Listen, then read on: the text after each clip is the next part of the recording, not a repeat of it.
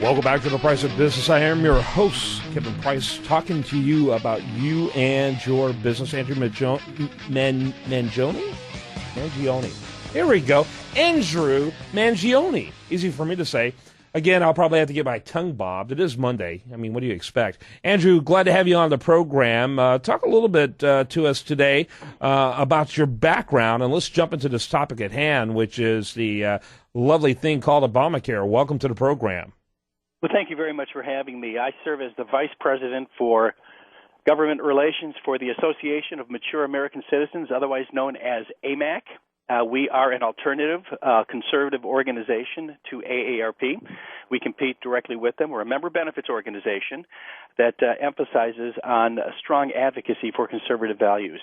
We have about 750,000 paid dues-paying members across the country, adding about 25,000 new members each month. And we are growing rapidly. I have had the pleasure of serving with AMAC for the past year. My background has been in the medical industry, in managed care, in medical device, as well as pharmaceuticals. And the website over there for your organization? It's AMAC, AMAC.us, www.amac.us. Well, and you know, your biggest helper in terms of getting growth, I would assume, is the AARP, as they threw seniors under the bus when it came to Obamacare, didn't they? Well, if you Google AARP and Obamacare, you will come across a document that is the actual transcripts of the email communications between the White House and AARP leadership during the debate of the Affordable Care Act, or Obamacare, and you will see one of the first communications from an AARP leader says, "We cannot support this.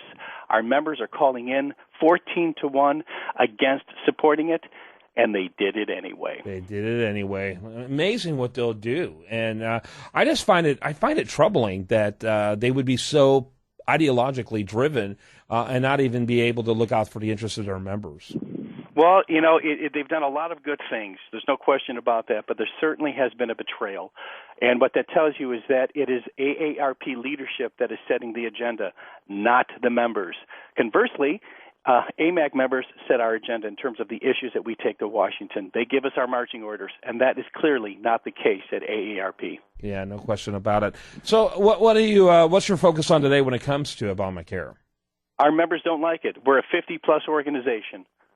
We want it defunded. We want it repealed. We want it replaced, period. That's what our members tell us. Our members that are currently on Medicare are very concerned about the quality of health care they're going to experience once Part C is defunded, the access to physicians as reimbursements dwindle and more physicians do not accept Medicare patients. They are just overall concerned about the health, the private and personal and privileged information that the IRS will have access to when they serve as the enforcers of Obamacare. This is like a 100-headed dragon that we just keep chopping heads off, and the heads keep growing back. Our members are extremely concerned about their privacy and about, not only their health care, but what's going to be left in terms of, you paid into Medicare your entire life. What will health care look like when their children and grandchildren reach retirement age? So what's the strategy? What are you looking at as a way of fighting this? Well, there's a couple of things going on right now. The Republicans just introduced a bill that is their alternative to Obamacare, which is a negotiating chip. And also, the onus right now is on the Senate with regard to arguing about shutting down the government. The Republicans have put forth a bill to fund the government except for Obamacare. And they've got the public on their side. This is not a popular bill. This is a bill that over 52% of the American people oppose. So they've got the narrative and they've got the support of the American people. And by the Constitution, the House of Representatives is the people's house. It is more representative of America than the Senate. And that's why the Constitution states that all funding bills must originate from the House. Right. So, and now we know as a tax bill. We know as a tax bill that began in the U.S. Senate. And unfortunately, no one had, and of course, no one knew when they went into the Supreme Court that that's what the court was going to argue. Now they have new legs, of course, to take it to the court. Is it going to go all the way up to the Supreme Court with that argument? Could very well happen. Could very well. Based on what Certainly happened needs last to year, happen, the don't you Supreme think? Court's decision, anything could happen. Yeah, certainly needs to happen, though, don't you think?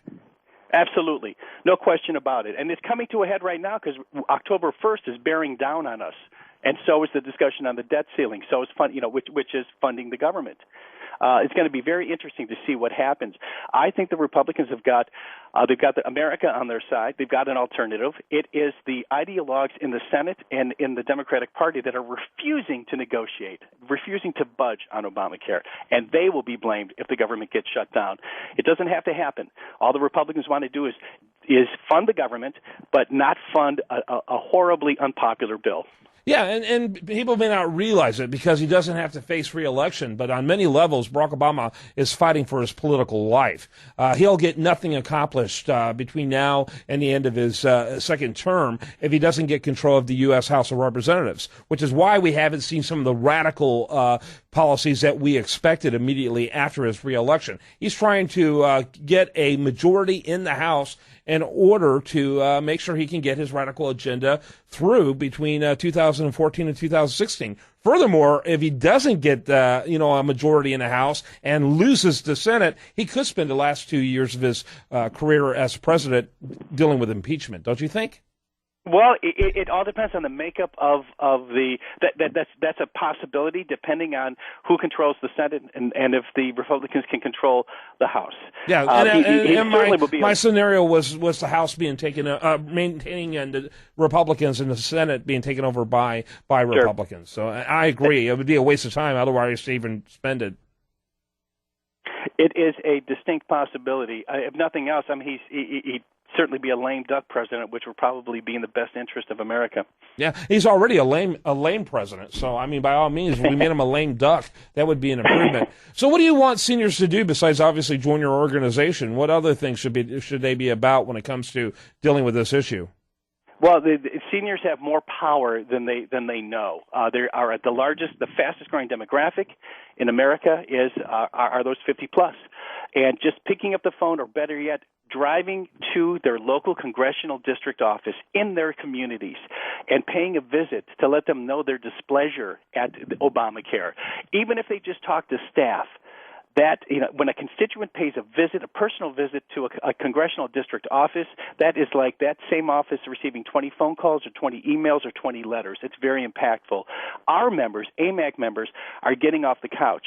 They're visiting their communities, their local district offices, and they're voicing their concerns over Obamacare. I know because I'm the guy that goes to Washington for AMAC, and I hear members of Congress tell me they've seen our members in their office. So any senior could do this, and I'd highly recommend it. Absolutely, and so encouraging people to check that out. Andrew Mangione. Andrew Mangione. What's the website over there again? It's AMAC, www.amac.us, amac.us. How old is the organization, by the way? We are 6 years old. We were founded in 2007. Interesting. There's other organizations that are similar alternatives to the AARP. I think a 50 plus, which is a cool group as well. I would love to see you guys get into the millions like the AARP are in. We're on our way. We should hit 1 million members by the end of this year if our projections are correct and the stars align. But we are definitely on pace to hit 1 million members by year's end. And then if it continues to build as it has been this year, we believe that we can build AMAC into a 20 million member association. Thanks for being with us, Andrew. I appreciate it. My pleasure. When we come back on Tuesday, we're going to have much, much more for you. You only have to wait 23 hours, but between now and then, I hope you spend your time right here on this great station. You've been listening to The Price of Business.